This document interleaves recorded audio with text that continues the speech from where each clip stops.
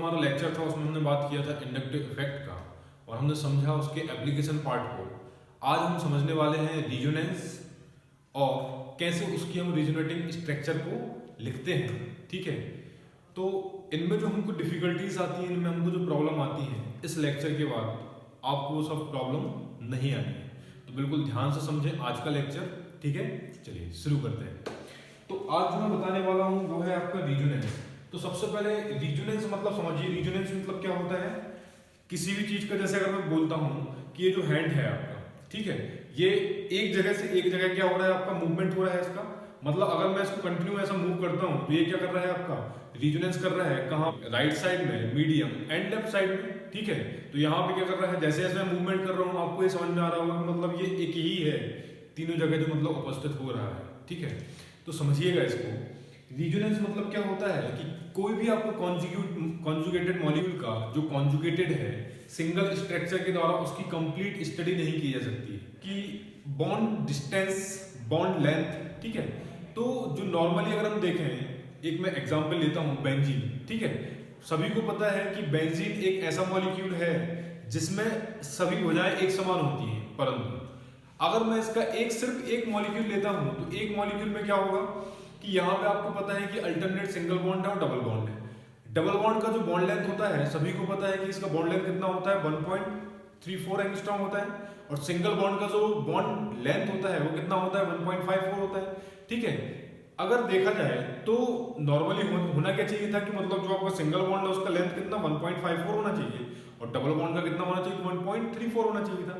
But actual में ऐसा नहीं होता है। क्यों नहीं होता है? क्योंकि तब हम देखते हैं मॉलिक्यूल का हाइब्रिड स्ट्रक्चर। ठीक है, सिंगल स्ट्रक्चर कंप्लीट प्रॉपर्टी को डिफाइन नहीं करेगा। अगर देखो यहां पे ये जो आपका बेंजीन मॉलिक्यूल है, इस बेंजीन मॉलिक्यूल में क्या होता है, ये फर्दर कॉन्जुगेट होता है। जहां पर सिंगल बॉन्ड है वहां पे क्या आ जाएगा आपका डबल बॉन्ड, और जहां डबल बॉन्ड है वहां क्या आ जाएगा आपका सिंगल बॉन्ड। तो इसका जो हाइब्रिड लिखोगे, हाइब्रिड स्ट्रक्चर क्या निकल के आता है, ये स्ट्रक्चर निकल के आता है। इसका मतलब ये होगा कि बेंजीन में जो प्रत्येक बॉन्ड है जो रिंग में कंटेन हो रहा है, प्रत्येक का जो कैरेक्टर है वो क्या है, partially double bond character show कर रहा है। समझ में आ रहा है? जिसका बॉन्ड लेंथ कितना होता है, 1.39 होता है। ठीक है, मींस सिमेट्रिकली बॉन्ड लेंथ है मॉलिक्यूल का, बेंजीन मॉलिक्यूल का। और जिसका सिमेट्रिकली बॉन्ड लेंथ होने का कारण क्या है कि ये इसका जो रिजोनेंट स्ट्रक्चर होने के कारण ये क्या होता है, डिलोकलाइज करता है पाई इलेक्ट्रॉन्स को। इतनी सी बात समझ में आती है? ठीक है, अच्छा जी, अब समझो जो एक्चुअल होता है आपका क्या होता है कि हम क्या देखते हैं, delocalisation of pi electrons in a conjugation. ठीक है, कि मतलब जो आपका पाई इलेक्ट्रॉन्स होगा वो क्या होगा, कॉन्जुगेशन में पार्टिसिपेट कर रहा है तो वो क्या करेगा, रिजोनेंस करेगा आपका। ठीक है, तो वो किस तरीके से हो सकता है उसको भी हमको समझना है। ठीक है, लेकिन उससे पहले थोड़ी सी कुछ इंफॉर्मेशन है वो भी हम लेते चले तो ज्यादा सही होगा। जैसे कि रिजोनेंस जो होता है आपका क्या होता है, हाइपोथेटिकल कॉन्सेप्ट है। जैसे कि आप हाइब्रिडाइजेशन पढ़ते हो, हाइब्रिडाइजेशन के समान ही ये क्या होता है, हाइपोथेटिकल कॉन्सेप्ट है। जो रिजोनेंस स्ट्रक्चर होता है वो क्या होता है आपका, वो इसको हम डिनोट करते हैं डबल हेडेड एरो से। ठीक है, कि जो भी आपका रिजोनेंस स्ट्रक्चर होगा, सपोज ए का रिजोनेंस स्ट्रक्चर क्या है आपका बी, तो इसको हम कैसे रिप्रेजेंट करेंगे, इस तरीके से रिप्रेजेंट करेंगे। ठीक है, डबल हेडेड एरो के द्वारा। देन रिजोनेटिंग स्ट्रक्चर क्या होती है, सभी के सभी जो रिजोनेटिंग स्ट्रक्चर होंगे वो क्या होती है आपकी इमेजिनरी होती है। लेकिन अगर मैं हाइब्रिड रिजोनेंस की बात करूंगा, ठीक है, तो हाइब्रिड रिजोनेंस स्ट्रक्चर जो होगा वो क्या होता है, रियल होता है। ठीक है, वही जो होता है कंप्लीट मॉलिक्यूल की इंफॉर्मेशन देता है आपको। ठीक, देन फिर क्या होता है कि यहां जो रिजोनेंस होगा, रिजोनेंस में क्या होता है, पाई इलेक्ट्रॉन का डिस्प्लेसमेंट होता है। डिस्प्लेसमेंट मींस मूवमेंट होता है। और डेफिनेशन में फिर से कि यहां जो हम बोल रहे हैं डिस्प्लेसमेंट या डिलोकलाइजेशन, तो डिलोकलाइजेशन मतलब ही होता है आपका डिस्प्लेसमेंट ऑफ पाई इलेक्ट्रॉन्स या मूवमेंट ऑफ पाई इलेक्ट्रॉन्स। ठीक है, पाई इलेक्ट्रॉन्स की बात करें तो पाई इलेक्ट्रॉन्स ये किस फॉर्म में हो सकता है, ये डबल बॉन्ड के फॉर्म में हो सकता है, ये लोन पेयर के फॉर्म में हो सकता है। समझ में आ रहा है? ठीक है, देन फिर क्या बोल रहे हैं, कॉन्जुगेशन। तो कॉन्जुगेशन मतलब क्या होता है कि अभी तक आपने पढ़ा है क्या, alternate single bond double bond, single bond double bond. ठीक है, लेकिन अगर मैं बोलता हूं कि यहां अगर सिर्फ एक सिंगल बॉन्ड है तो क्या वहां पे कॉन्जुगेशन नहीं होगा? ऑब्वियस सी बात है, होगा कॉन्जुगेशन। बट जिसके साथ कॉन्जुगेशन में रहेगा, सपोज यहां लोन पेयर ऑफ इलेक्ट्रॉन है, तो वह लोन पेयर ऑफ इलेक्ट्रॉन क्या होना चाहिए, अल्टरनेशन में होना चाहिए। समझ में आ रहा है? तो वहां पे कॉन्जुगेशन आपका प्रेजेंट होगा। जैसे कि मैं अगर बोलूं कि ये आपका मॉलिक्यूल है, ठीक है, यहां पे सिंगल बॉन्ड है और डबल बॉन्ड है, यहां तो कॉन्जुगेशन नहीं है, परंतु मैं बोलता हूं कि यहां पे क्या है आपका लॉन पेयर ऑफ इलेक्ट्रॉन है। हाँ, तो ये क्या कहलाएगा आपका कॉन्जुगेट सिस्टम कहलाएगा। कॉन्जुगेशन किससे मिल रहा है इसको? पाई इलेक्ट्रॉन को कॉन्जुगेशन मिल रहा है पाई इलेक्ट्रॉन से, ठीक है, पाई बॉन्ड को कॉन्जुगेशन मिल रहा है किससे? Pi electron. Non bonded electron मैंने बताया था आपको कि अगर ये कॉन्जुगेशन में होता है तो किसकी तरह बिहेव करता है? पाई इलेक्ट्रॉन की तरह। और इंडिविजुअल अगर किसी एल्केन के साथ जुड़ा हुआ है लॉन पेयर ऑफ इलेक्ट्रॉन तो वो नॉन बॉन्डेड इलेक्ट्रॉन पेयर की तरह ही बिहेव करेगा। इतनी सी बात समझ में आती है, ठीक है। अच्छा जी, फिर हम क्या बोल रहे हैं कि जो रिजोनेंस होता है, रिजोनेंस, इंडक्टिव इफेक्ट, ये सारे के सारे क्या होते हैं? एक टूल है, इनको हमको एक टूल की तरह बिहेव करना है जिससे हम क्या करेंगे? मॉलिक्यूल की स्टेबिलिटी को निकालेंगे, ठीक है, मेजर करेंगे, ठीक है। तो वही जो मैंने लिखा हुआ है, it's a tool to measure stability of a conjugate compound. Conjugate compound क्यों बोल रहा हूं? कि जो नॉन कॉन्जुगेट कंपाउंड होगा, सपोज मैं यहां अगर बात करता हूं, सिंगल बॉन्ड अगर है, ठीक है, तो यहां पर रिजोनेंस नहीं होगा। समझ में आ रहा है? तो रिजोनेंस के लिए भी कुछ कंडीशन है, कुछ शर्तें हैं। अगर वो शर्तों को फॉलो कर रहा है, उस पर खरा उतर रहा है, तभी वहां पे क्या होगा? आपका रिजोनेंस प्रेजेंट होगा। और रिजोनेंस लिखने का, रिजोनेटिंग स्ट्रक्चर बनाने का क्या तरीका होता है वो हम आगे समझेंगे, ठीक है। तो मैंने लिखा हुआ है हाउ टू राइट रिजोनेंस या रिजोनेटिंग स्ट्रक्चर हम इसको बोले, ठीक है। तो इनको मैंने कुछ पॉइंट्स में डिवाइड किया हुआ है, इनको हम वारी वारी एक एक करके हम समझते हैं कि मतलब मैं क्या लिखा हुआ हूं, ठीक है। मैंने फर्स्ट लिखा हुआ है कि यहां पर क्या होता है, जो डिलोकलाइजेशन है, डिलोकलाइजेशन में पाई इलेक्ट्रॉन पार्टिसिपेट करता है, ना कि एटम्स का मूवमेंट होता है। मतलब मूवमेंट कितना किसका होता है? पाई इलेक्ट्रॉन्स का मूवमेंट होता है, ना कि एटम्स का। वही लिखा हुआ है, देखो, it involves movement of electron, movement of atom does not take place, ठीक है, एटम्स का मूवमेंट नहीं होगा। फिर सेकंड पॉइंट पे लिखा हुआ है मैंने, all resonating structure must have valid Lewis dot formula. Valid Lewis dot formula means octet should not be violated, कि मतलब जो आप रिजोनेटिंग स्ट्रक्चर बना रहे हो वहां पर ऑक्टेट आपका जो मॉलिक्यूल में है, जैसा ऑक्टेट दिख रहा है, आप ऐसा रिजोनेटिंग स्ट्रक्चर नहीं बना सकते हो जिससे कि आपका ऑक्टेट इनकम्प्लीट हो, या हो सकता है कि बैलेंस 4 होता है, 4 से ज्यादा हो जाए, तो ऐसा आपको रिजोनेटिंग स्ट्रक्चर नहीं बनाना है। फिर तीसरा मैंने बोला है क्या? Electrons prefer to move towards more electronegative atom, ठीक है, कि जो पाई इलेक्ट्रॉन का मूवमेंट होगा, देखो इलेक्ट्रोनेगेटिव एटम हमने पढ़ा था इंडक्टिव इफेक्ट में कि यहाँ पे क्या होता है कि जो शेयर्ड इलेक्ट्रॉन होता है, वो शेयर्ड इलेक्ट्रॉन कहाँ से होता है?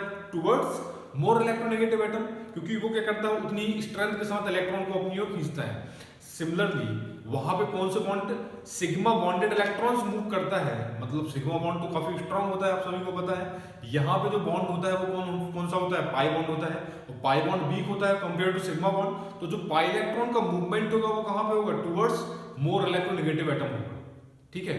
इस चीज को आपको ध्यान रखना है। आप इलेक्ट्रॉन का मूवमेंट ऐसे नहीं कर सकते कि आपका एक इलेक्ट्रॉन नेगेटिव एटम जुड़ा हुआ है, आप मूवमेंट करा रहे हो इलेक्ट्रॉन पॉजिटिव एटम की तरफ, ठीक है। तो ये जो आपका रिप्रेजेंटेशन होगा रिजोनेटिंग स्ट्रक्चर का, ये टोटली रॉन्ग होगा, ठीक है। फिर नेक्स्ट लिखा हुआ है मैंने क्या? टोटल नंबर ऑफ इलेक्ट्रॉन और चार्ज मस्ट बी कंजर्व। क्या मतलब हुआ कि जो आपका मॉलिक्यूल है, मॉलिक्यूल में जितने भी बॉन्डेड इलेक्ट्रॉन है, नॉन बॉन्डेड इलेक्ट्रॉन है, शेयर्ड इलेक्ट्रॉन है, ठीक है, पाई इलेक्ट्रॉन्स है, जो पार्टिसिपेट कर रहा है रिजोनेंस में, जो रिजोनेटिंग स्ट्रक्चर बनाओगे वो उतने ही इलेक्ट्रॉन उसमें भी होना चाहिए जितना इलेक्ट्रॉन फर्स्ट रिजोनेटिंग स्ट्रक्चर में। मतलब कि ना तो यहाँ पे इलेक्ट्रॉन कम होना चाहिए, ना ही इलेक्ट्रॉन ज्यादा होना चाहिए। मतलब वो क्या करना चाहिए? इलेक्ट्रॉन कंजर्वेशन रूल को फॉलो करना चाहिए। अच्छा जी, अब जो आपने रिजोनेटिंग स्ट्रक्चर देखा है, suppose positive charge resonating structure है ना, कोई पॉजिटिव चार्ज मॉलिक्यूल है और जो कॉन्जुगेशन में है, तो जब उसका आप रिजोनेटिंग स्ट्रक्चर बनाओगे तो ऐसा नहीं होना चाहिए कि आप जो पॉजिटिव चार्ज है माइनस चार्ज में कन्वर्ट कर दो, ठीक है। तो पॉजिटिव चार्ज जो है अदर रिजोनेटिंग स्ट्रक्चर में भी पॉजिटिव चार्ज में ही कंजर्व्ड रहेगा। इस चीज का आपको ध्यान रखना है। तीसरी चीज जो है, नेक्स्ट चीज जो है, मैं क्या बोल रहा हूं? Atoms involve in resonance must lies in sampling.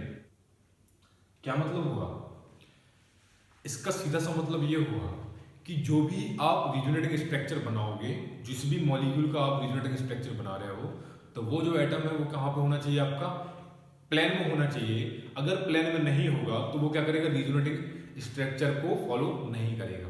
इतनी सी बात समझ में आती है, ठीक है। देखो भाई, जो आपका सपोज ये कॉन्जुगेशन है, अगर ये कॉन्जुगेशन किससे मिल रहा है, जो हमारे रूल्स हैं, जो हमारे पॉइंट्स हैं, इन पॉइंट्स को भी हमको ध्यान में रखना है। जो हम आगे रिजोनेटिंग स्ट्रक्चर बनाएंगे उसमें इन सब चीजों को ध्यान में हुए ही रिजोनेटिंग स्ट्रक्चर बनाना है। तो आइए बनाते हैं। तो उसके पहले देखो कि जो रिजोनेंस मिलता है आपको किस किस से मिलता है। देखो यहाँ पे रिजोनेंस मिलेगा आपको किससे, ये लोन पेयर ऑफ इलेक्ट्रॉन से हो सकता है, नेगेटिव चार्ज से हो सकता है, ठीक है, ये पॉजिटिव चार्ज से हो सकता है, ये फ्री रेडिकल से हो सकता है, ठीक है, ये बैकेंड पी ऑर्बिटल, इसको मैं लिखता हूं बैकेंड पी ऑर्बिटल से हो सकता है। ये कॉन्जुगेशन किसके द्वारा हो सकता है, बैकेंड डी ऑर्बिटल के द्वारा हो सकता है। बात समझ में आ रहा है। अगर कॉन्जुगेशन में ये सब पी ऑर्बिटल में प्रेजेंट है, पी ऑर्बिटल या बैकेंड डी ऑर्बिटल प्रेजेंट है, ठीक है, तो यहां पे क्या करेगा, वो मॉलिक्यूल रिजोनेंस करेगा, मींस अपने जैसी एक और संरचना को बनाएगा। ठीक समझ में आ रहा है, ठीक है। अच्छा चलो अब हम एक के बाद एक जो केस है उन केस को हम डिस्कस करते हैं, ठीक है। जो पहला केस है हमारा वो क्या है, लोन पेयर ऑफ इलेक्ट्रॉन वाला, ठीक है। तो मैं क्या बोलता हूं, कॉन्जुगेट विद किसके साथ, conjugate with lone pair of electron,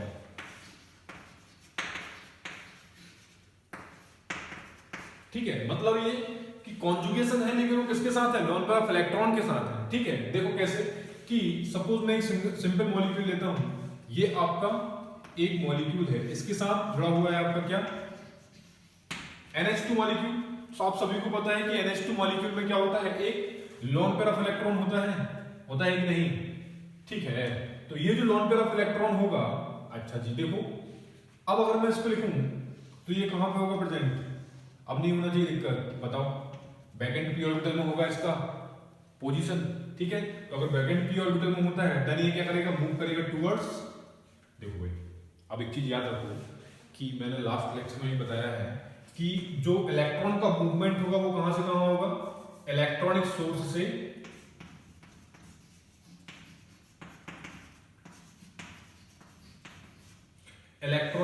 से कहां होगा भाई, बताइए, ये होगा इलेक्ट्रॉनिक सिंक की ओर। कहां पर होगा, इलेक्ट्रॉनिक सिंक की ओर। मींस इलेक्ट्रॉन सोर्स मतलब यहां पे क्या होगा, इलेक्ट्रॉन डेंसिटी अधिक होगी, हाई इलेक्ट्रॉन डेंसिटी, ठीक है। और यहां जो इलेक्ट्रॉन डेंसिटी होगी वो क्या होगी, लो इलेक्ट्रॉन डेंसिटी।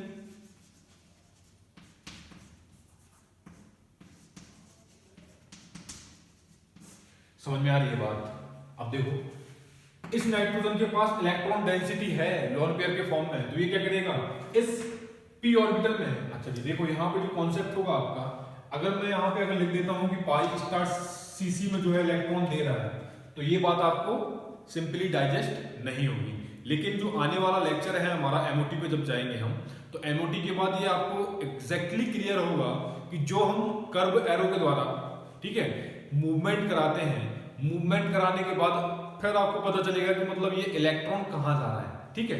मैंने ये बोल दिया पाई स्टार सीसी में जा रहा है, ठीक, तो तब आपको एग्जैक्टली समझ में आएगा कि ये पाई स्टार सीसी में कैसे जा रहा है, समझ में आ रहा है। तो ये चीज अभी हम यहाँ पे यूज नहीं करते हैं, ठीक है। तो इतना समझो, ये इलेक्ट्रॉन क्या होगा, डिलोकलाइज हुआ, और डिलोकलाइज होने के बाद क्या होगा, ये पाई बॉन्ड कहां से करेगा, टुवर्ड्स ये कार्बन, ठीक है। तो चलिए इसका रिजोनेटिंग स्ट्रक्चर हम बनाते हैं।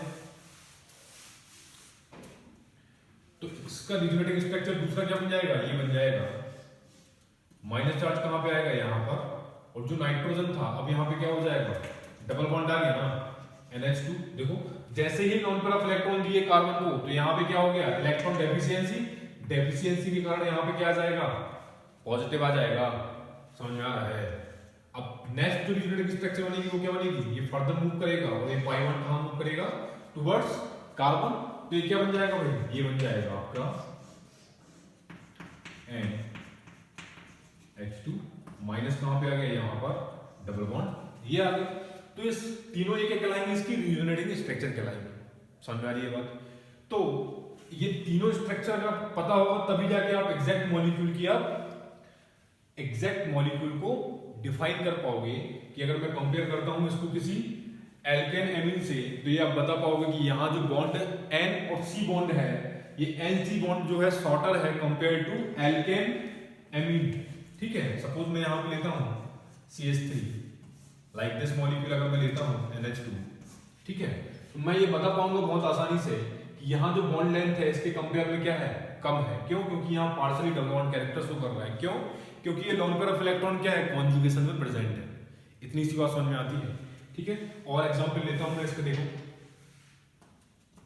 सपोज ये तो आप सभी जानते हैं, ये कौन सा मॉलिक्यूल है, पायरोल है।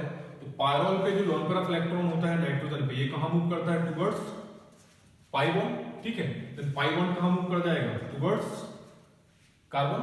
तो इसका दूसरा रिजोनेटिंग स्ट्रक्चर क्या बन जाएगा भाई, ये बनेगा NH।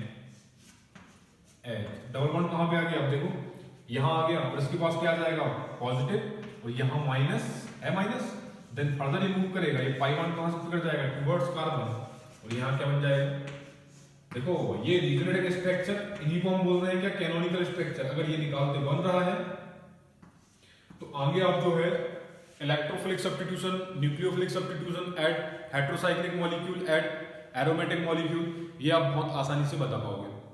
समझ में आ रहा है कि कहां पर इलेक्ट्रोफिलिक सब्स्टिट्यूशन होगा, कहां न्यूक्लियोफिलिक सब्स्टिट्यूशन होगा। ठीक है, क्योंकि रिजोनेंस के द्वारा ही आप देख पाओगे कि मतलब किस किस पोजीशन पर यहां पर इलेक्ट्रॉन डेंसिटी कम हो रहा है और किस पोजीशन पर इलेक्ट्रॉन डेंसिटी अधिक हो रहा है। तो जहां इलेक्ट्रॉन डेंसिटी ज्यादा होगी वहां इलेक्ट्रोफिलिक सब्स्टिट्यूशन, ठीक है, और जहां इलेक्ट्रॉन डेंसिटी कम होगी वहां पे क्या होगा, न्यूक्लियोफाइल अटैक करेगा, तो वो क्या हो जाएगा, न्यूक्लियोफिलिक सब्स्टिट्यूशन। इतनी सी बात समझ में आती है। ठीक, तो और देखो इसका दूसरा और बनाते हैं। ये फर्दर क्या करेगा, मूव करेगा यहां पर, देन पाई बॉन्ड कहां से किया, टुवर्ड्स एडजेसेंट कार्बन। तो डबल बॉन्ड कहां पे आ गया, अभी यहां पॉजिटिव अभी भी रिटर्न है, ये फर्दर फिर से मूव करेगा -4, और ये माइनस कहां पे जाएगा। तो नेक्स्ट रिजोनेटिंग स्ट्रक्चर बनेगी, उसकी क्या बनेगी, ये डबल बॉन्ड यहां पे आया, माइनस चार्ज यहां पे आया, ठीक है, और ये फर्दर मूव करेगा, तो ये क्या बन जाएगा आपका, जो आपका इनिशियल जो मॉलिक्यूल था वही देखो मॉलिक्यूल फिर से आ गया, ये फर्दर मूव करेगा, और ये डबल बॉन्ड कहां पे जाएगा, नाइट्रोजन के पास। तो देखो ये और ये सेम है, तो यहां टोटल कितनी रिजोनेटिंग स्ट्रक्चर बन रही है, 1 2 3 4 एंड 5। समझ में आया।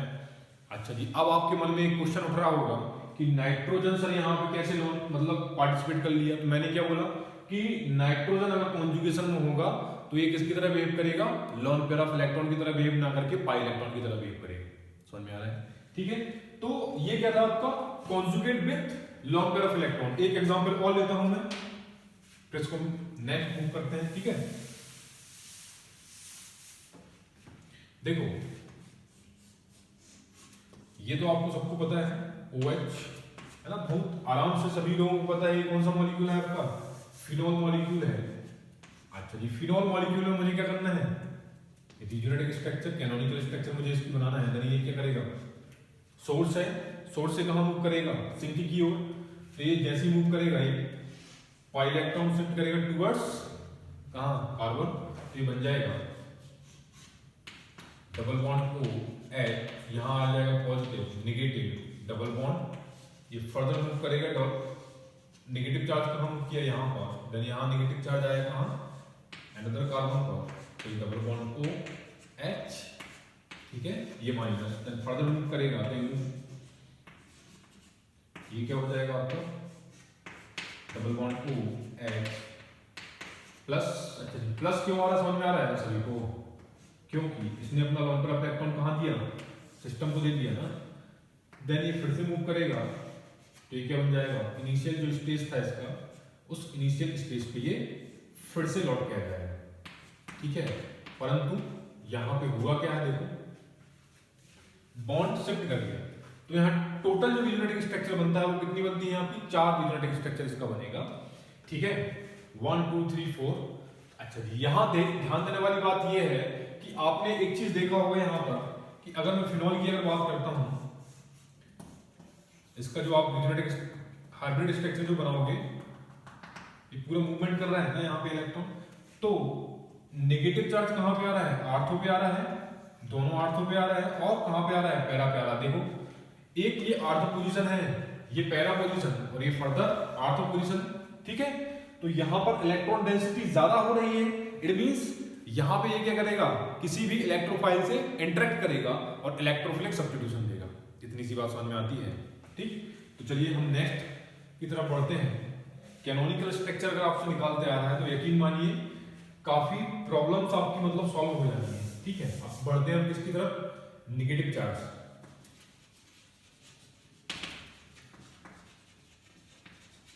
ठीक है, अच्छा जी, अब देखो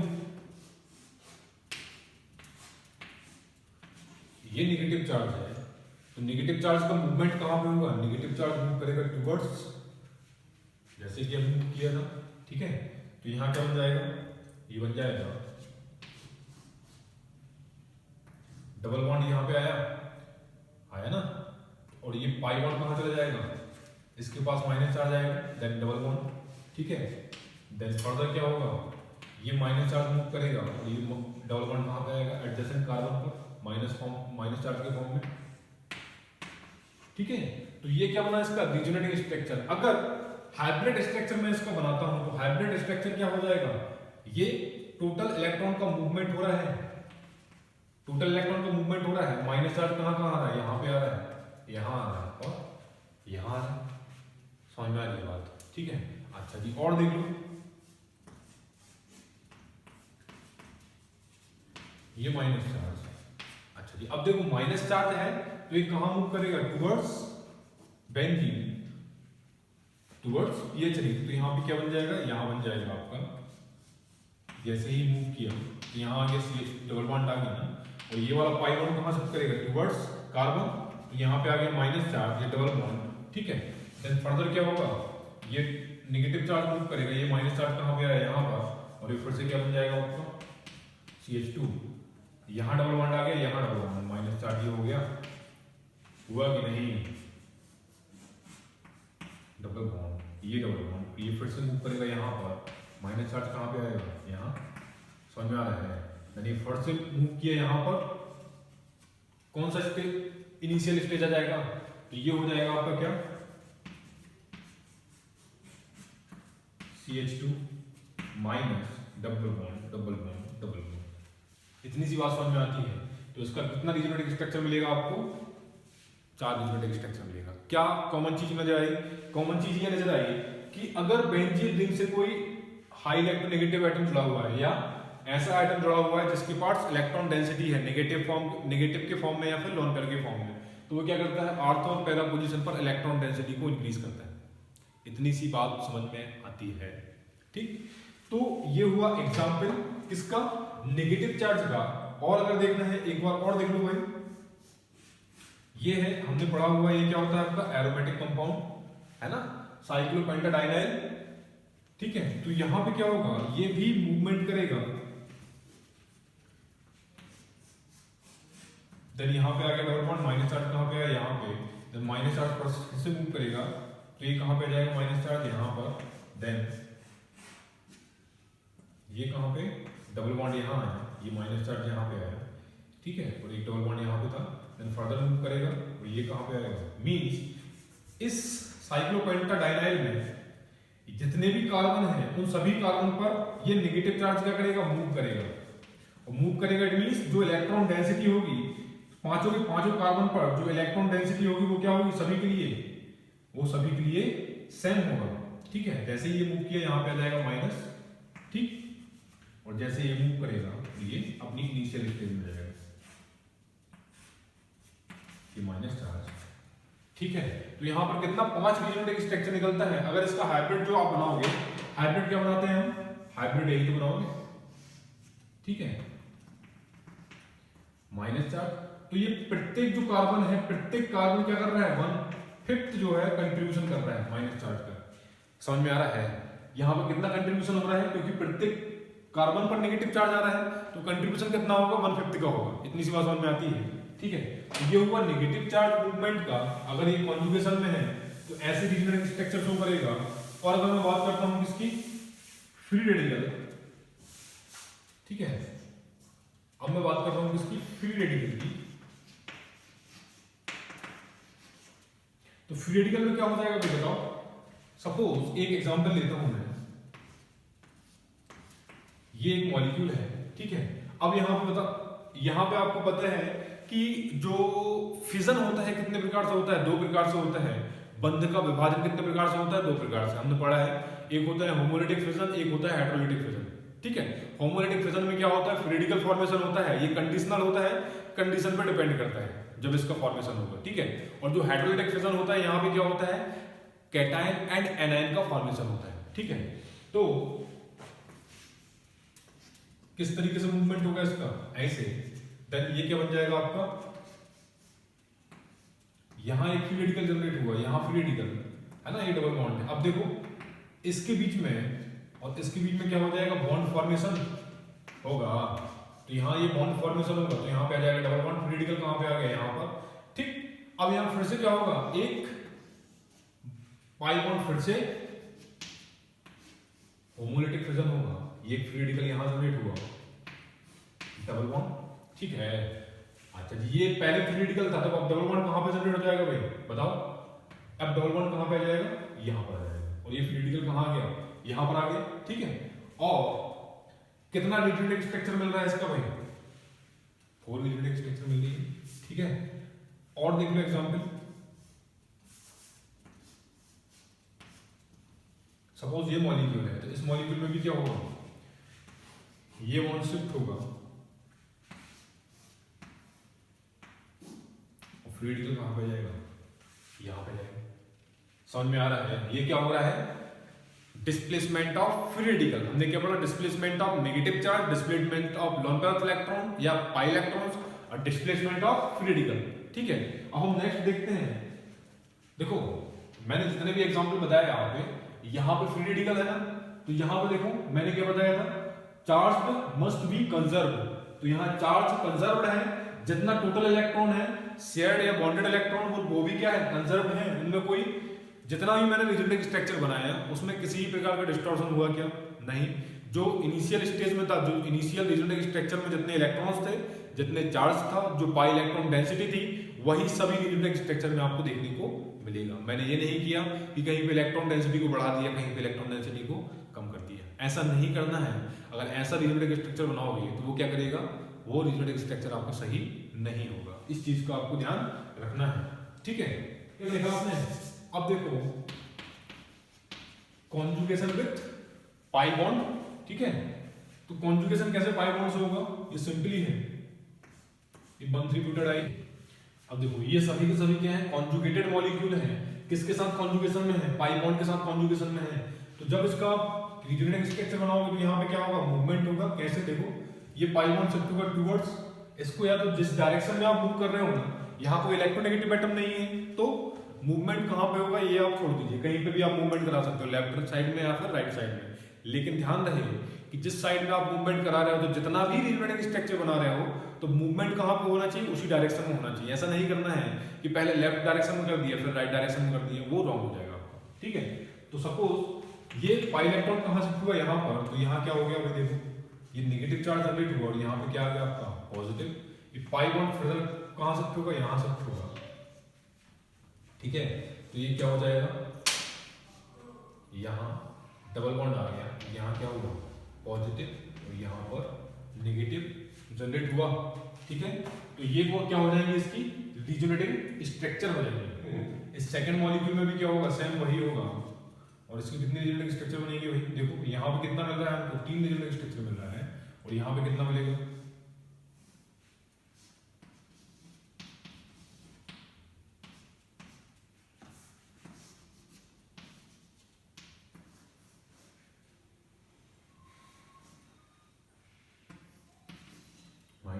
प्लस चार्ज कहाँ पे जाएगा, यहाँ पर, फिर से डबल बॉन्ड कहाँ से होगा, यहाँ पर, वो ये क्या हो जाएगा आपका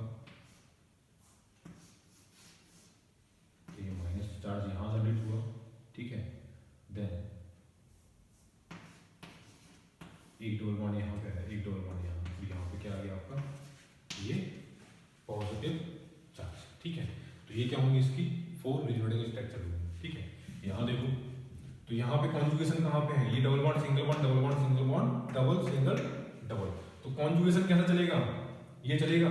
ठीक है, तो ये बॉन्ड मूव किया कहाँ पर,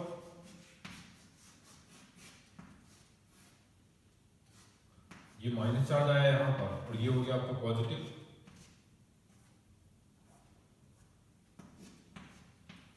ठीक है, देन ये पाई बॉन्ड कहाँ शिफ्ट होगा टुवर्ड्स कार्बोकैटायन, तो ये जो कार्बोकैटायन होगा ये पॉजिटिव चार्ज होगा, ये फिर से क्या होगा पाई इलेक्ट्रॉन से स्टेबलाइज किया, तो यहाँ पे आ गया नेगेटिव, और पॉजिटिव चार्ज कहाँ गया यहाँ पर। ठीक है, और ये पॉजिटिव किससे स्टेबलाइज होगा एडजेसेंट पाई इलेक्ट्रॉन से, तो यहाँ पे क्या बन जाएगा आपका ये डबल बॉन्ड आ गया नेगेटिव। ठीक है, अब पॉजिटिव कहाँ पे आएगा यहाँ पर। ठीक है, अच्छा ये फिर से पॉजिटिव चार्ज किससे स्टेबलाइज होगा, ये फिर से स्टेबलाइज होगा इस पाई इलेक्ट्रॉन के द्वारा, तो ये बन जाएगा क्या डबल बॉन्ड यहाँ पे आ गया, तो यहाँ आ जाएगा क्या पॉजिटिव, ये डबल बॉन्ड, देन देखो क्लियर समझ में आ रहा है। देखो इनका स्टेबिलिटी का जो हम रीजनल स्ट्रक्चर बनाते हैं ना कि एक ही मॉलिक्यूल में डिफरेंट डिफरेंट रीजनल स्ट्रक्चर बनती है कि नहीं, तो उनमें स्टेबिलिटी का ऑर्डर रहता है कि कौन सी रीजनल स्ट्रक्चर मोर स्टेबल होगी, कौन लेस स्टेबल होगी, तो ये जो स्टेबिलिटी का ऑर्डर होगा हम नेक्स्ट लेक्चर में इसको हम समझने की कोशिश करेंगे। ठीक है, अभी आपको फोकस क्या करना है कि जितना इसका रीजनल स्ट्रक्चर वो आपसे बनना चाहिए। ठीक है, अच्छा जी नेक्स्ट ये मॉलिक्यूल है, ये मैं आपके ऊपर छोड़ता हूँ, इसका आपको बनाना है और इसका भी आपको बनाना है। ठीक है, इन दोनों का आपको ही करना है, जहां पे भी प्रॉब्लम आती है आप मुझे बताइए। ठीक है, पॉजिटिव चार्ज का, ठीक है पॉजिटिव चार्ज में क्या हो जाएगा, देखो सबसे पहले एग्जांपल लेता हूं मैं क्या CH2, यहाँ माइनस था आपके, मैं लेता हूं यहाँ पर पॉजिटिव। ठीक, तो अब यहाँ पर मूवमेंट कहाँ हो जाएगा, ये सोर्स हो जाएगा, ये क्या हो जाएगा सिंक, तो ये मूवमेंट कहाँ होगा यहाँ पर, तो पाई इलेक्ट्रॉन कहां से towards carbon cation double bond, तो प्लस चार्ज कहां पे आ गया यहाँ पर। ठीक है, यानी फर्दर मूव करेगा तो यहाँ पे क्या बन जाएगा आपका, ये बन जाएगा ये डबल बॉन्ड आ गया यहाँ पर, डबल बॉन्ड ये होगा प्लस चार्ज। ठीक है, और फिर से क्या होगा ये पाई बॉन्ड मूव करेगा और प्लस चार्ज कहां क्रिएट करेगा एडजेसेंट आर्थो पोजीशन पर। ठीक है, इतना सा समझ में आता है। ठीक है, देन फिर से क्या होगा ये मूव करेगा यहाँ पर, बन जाएगा क्या बन जाएगा ये CH2 था प्लस मतलब वही।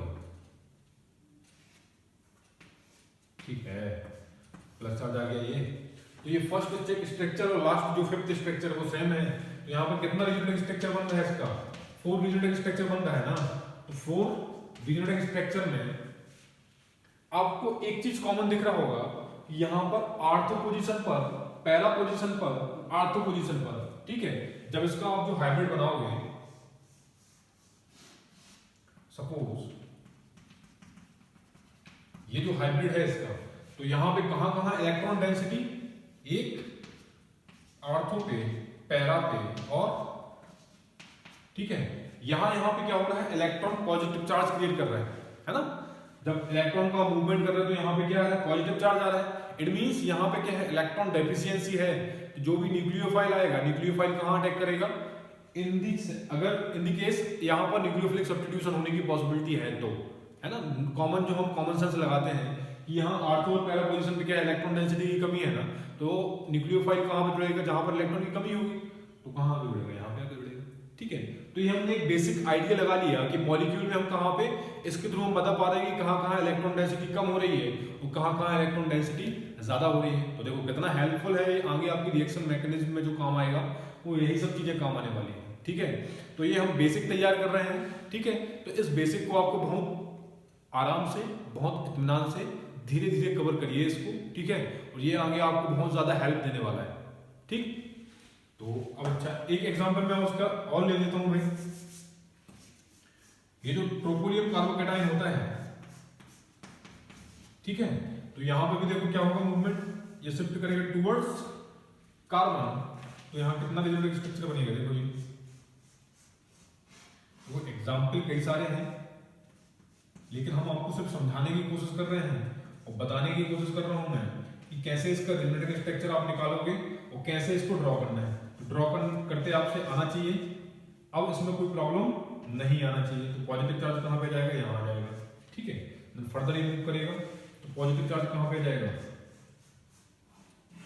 ये पॉजिटिव चार्ज आ जाएगा यहाँ पर। देन फर्दर मूव करेगा ये कहाँ, टुवर्ड्स कार्बोकैटायन, ऊपर का बता दूं भाई।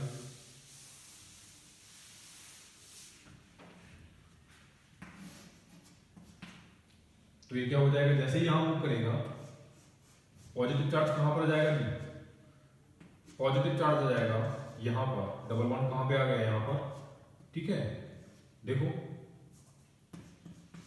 जो भी मैं रूल लिखाया हूं, जो भी यहां पे कंडीशंस लिखाई हैं, इन कंडीशन को फॉलो कर रहे हैं जितना मैं रिजोनेटिंग स्ट्रक्चर बना रहा हूं, है ना, फॉलो कर रहे हैं कि नहीं, आप ही बताओ। जब पॉजिटिव चार्ज यहां पे आएगा,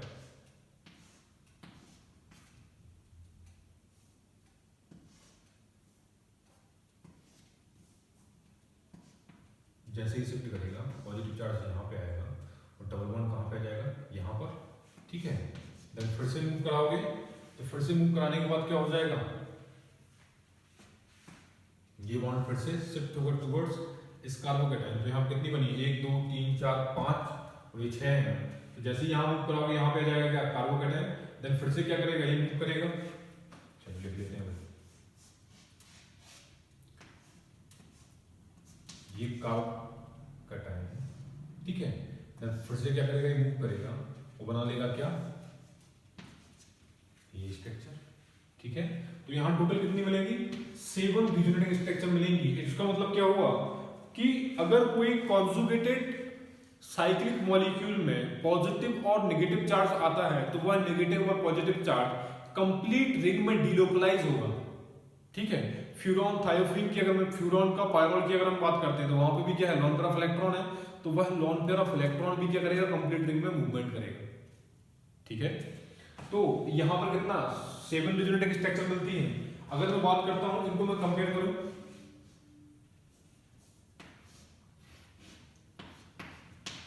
इससे, तो यहां जो रिजोनेटिंग स्ट्रक्चर मिलने वाली है यहां पे आपको, यहां मिलेंगे कितनी 7, यहां मिलेंगे कितनी 5, तो इसका मिलेगा 3। जो स्टेबिलिटी का ऑर्डर रहेगा, स्टेबिलिटी का ऑर्डर क्या हो जाएगा, ये इसका स्टेबिलिटी का ऑर्डर हो जाएगा।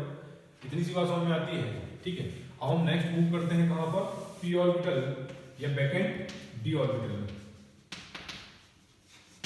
ठीक है। देखो जी, जैसे कि ये एक एग्जांपल है आपका,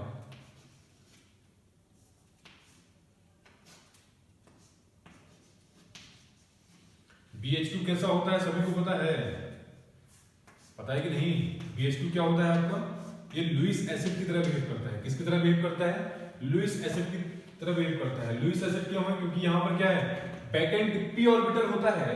बैकेंड p ऑर्बिटल में क्या होता है, डेफिशिएंसी होती है, ठीक है। किसका, 2 इलेक्ट्रॉन का डेफिशिएंसी होती है। तो ये क्या करता है, जो मूवमेंट होगा इलेक्ट्रॉन का अपनी तरफ शिफ्ट कर लेगा, ठीक है। देखो तो यहाँ पाई इलेक्ट्रॉन कहां शिफ्ट करेगा, टुवर्ड्स, ये इलेक्ट्रॉन कहां पे जा रहा है, बैकेंड p ऑर्बिटल में जा रहा है, ठीक है। देन यहाँ पे क्या बन जाएगा, यहाँ आ गया आपका डबल बॉन्ड। अब जो BH3 था, यहाँ इलेक्ट्रॉन की एक्सेस हुई ना, तो यहाँ पे क्या आएगा, माइनस चार्ज, और यहाँ जो पाई बॉन्ड शिफ्ट किया है यहाँ क्या आ जाएगा, पॉजिटिव चार्ज, ठीक है। इस पॉजिटिव चार्ज को एडजेसेंट पाई बॉन्ड फिर से स्टेबलाइज करेगा, और स्टेबलाइज करने के बाद क्या करेगा, डबल बॉन्ड यहाँ पे आया, तो ये बन जाएगा आपका BH2, ये हुआ माइनस, तो पॉजिटिव चार्ज कहाँ पे आ गया, यहाँ पर। तो ये इसका क्या मिलेगा, रिजोनेटिंग स्ट्रक्चर, समझ में आ रहा है। जैसे यहाँ पे देखो, ये मैंने आपको बताया था एरोमेटिसिटी में, ध्यान होगा आप लोगों को। तो यहाँ पे भी इलेक्ट्रॉन का मूवमेंट कहाँ पे होगा, टुवर्ड्स बोरॉन, तो ये पाई इलेक्ट्रॉन कहाँ शिफ्ट होगा, बोरॉन की तरफ शिफ्ट होगा, और यहाँ क्या बन जाएगा आपका पॉजिटिव, तो ये पाई बॉन्ड फिर से शिफ्ट होगा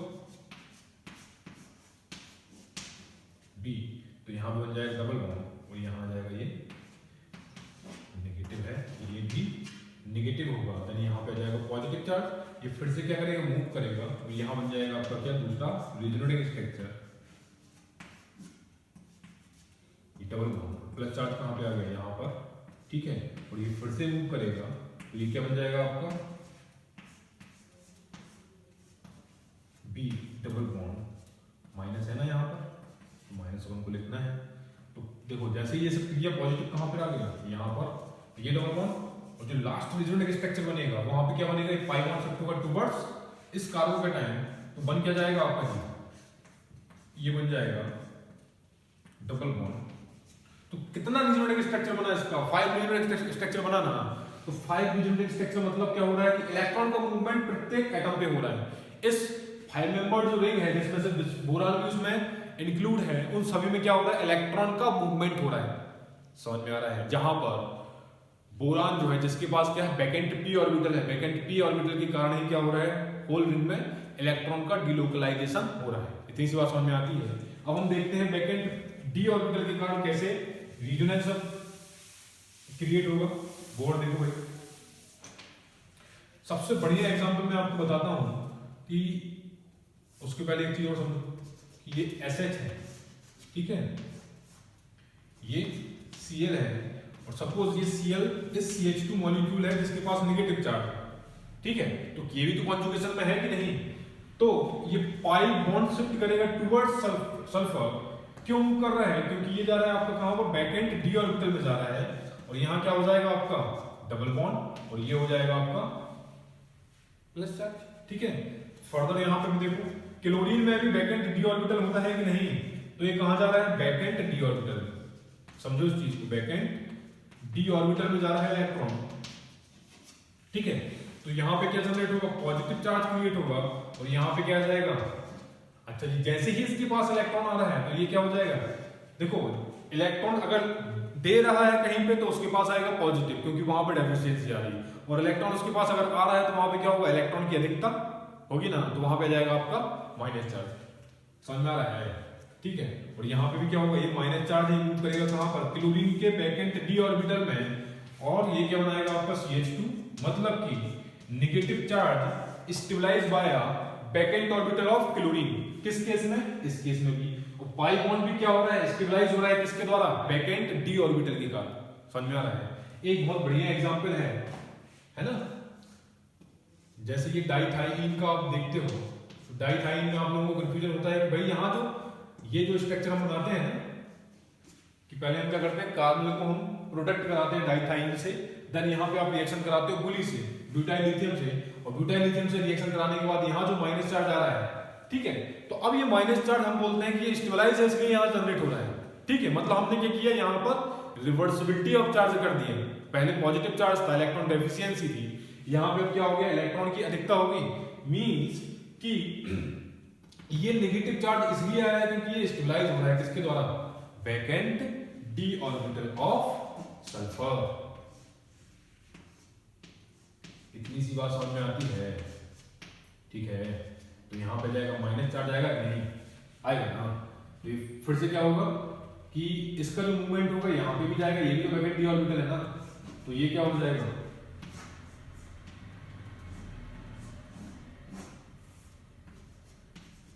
तो यहां माइनस चार्ज हो जाएगा, ठीक है।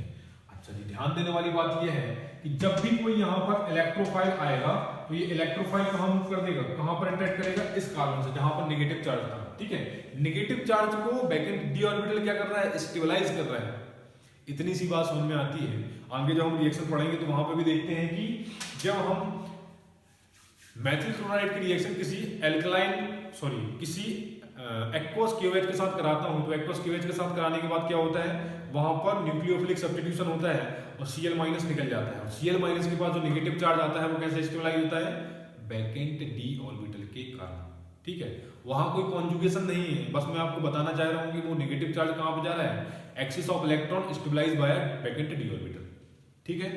तो ये था ओवरऑल आज का सिनेरियो, जो जहां पे मैंने बताया आपको क्या कि रिजोनेंस क्या होता है, रिजोनेंस क्यों जरूरी है, रिजोनेंस के रूल क्या है, कंडीशंस क्या है, उन कंडीशंस के थ्रू ही आपको क्या बनाना है, रिजोनेटिंग स्ट्रक्चर्स उनको बनाना है, ठीक है। अगर उन कंडीशंस को आप फॉलो नहीं कर रहे हो और उसके बिना ही आप क्या कर रहे हो, रिजोनेटिंग स्ट्रक्चर बना रहे हो, जैसे कि जो इलेक्ट्रोनेगेटिव एटम है वहां पे आप क्या उसके विपरीत मूवमेंट करा रहे हो, तो वहां पे क्या होगा, वो गलत होगा तरीका, ठीक है, अगर सपोज NH2, ठीक है, तो अगर ये मूवमेंट यहाँ पे हो रहा है ना, अगर आपने करवा दिया, मूवमेंट करवा दिया और यहाँ पे होने के बाद क्या हो गया, ये H double bond NH2 plus charge आ गया यहाँ पे, ठीक है। तो ये रिजोनेटिंग स्ट्रक्चर टोटली गलत है, क्यों? क्योंकि यहाँ पर कार्बन का बैलेंस ही होता है 4, 5 बैलेंस शो कर रहे हैं, मतलब जो रूल्स हैं उनको क्या कर रहे हैं, फुलफिल नहीं कर रहे हैं, मतलब ये क्या होगा आपका फॉरबिडन रिजोनेटिंग स्ट्रक्चर होगी। समझ में आ रहा है? ठीक है, तो ये था रिजोनेंस का ओवरऑल लेक्चर। जो नेक्स्ट लेक्चर होना है हमारा, उस पर हम बताएंगे स्टेबिलिटी ऑफ रिजोनेटिंग स्ट्रक्चर, मतलब कि जितनी भी रिजोनेटिंग स्ट्रक्चर बन रही है उन रिजोनेटिंग स्ट्रक्चर में क्या क्या चीजें आपको ध्यान रखना है, कौन कौन से पहलुओं को आपको ध्यान में रखना है, और उनमें से कौन सा स्ट्रक्चर जो होगा मोस्ट स्टेबल रिजोनेटिंग स्ट्रक्चर होगा उसको हमको देखना है, उनके ऑर्डर को निकालना हमको आना चाहिए, वो भी हम देखेंगे। ठीक है, देन उसके बाद हमें एक लेक्चर और बचता है, तो वहां मैं बताऊंगा आपका मेसोमेरिक इफेक्ट। ठीक है, तो यहाँ पे resonance stability and mesomeric effect या रिजोनेंस इफेक्ट जो है आपका कंप्लीट हो जाएगा। देन इसके बाद हम मूव करेंगे कहां पर, हाइपर कॉन्जुगेशन। समझ में आ रही है बात? ठीक, आज के लिए इतना ही।